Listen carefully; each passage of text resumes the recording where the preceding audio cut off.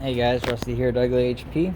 Today I'm working on a Ford Taurus that has a very high idle. And when I say high, like 2 to 3,000 RPMs. So, customer has done a lot here.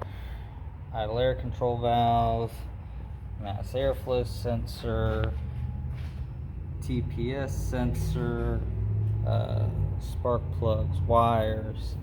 Um, Still can't figure it out. Other shops haven't been able to figure it out. Is what he says. I don't see how other shops haven't figured this out. But first, we have to start with the obvious.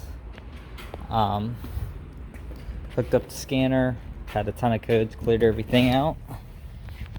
Our TP value is 4.7 with the accelerator pedal depressed. When it's pressed, it goes to a 5.7. Now this should only read about 0.5. So that means either that throttle position sensor is incorrectly installed or it's just bad. So we're going to pop that off and try to correct that first and see where we can go from here. So let me get this thing off and we'll inspect and see what's going on and see if they just installed it wrong or this is just a cheap Amazon part. So I'll be right back.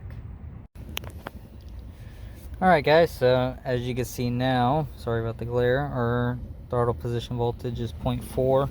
The only issue is if I hit the gas, it does nothing. So when they installed it and hit the gas, it just broke it internally. So what I'm going to have to do is replace that. And then move on to the stumbling and the lean code. So I'm going to take care of this. Make sure when you put your throttle position sensors in to not clock them and force it, or else you're going to run into this issue, which with it unplugged, it idles at about 800 RPMs.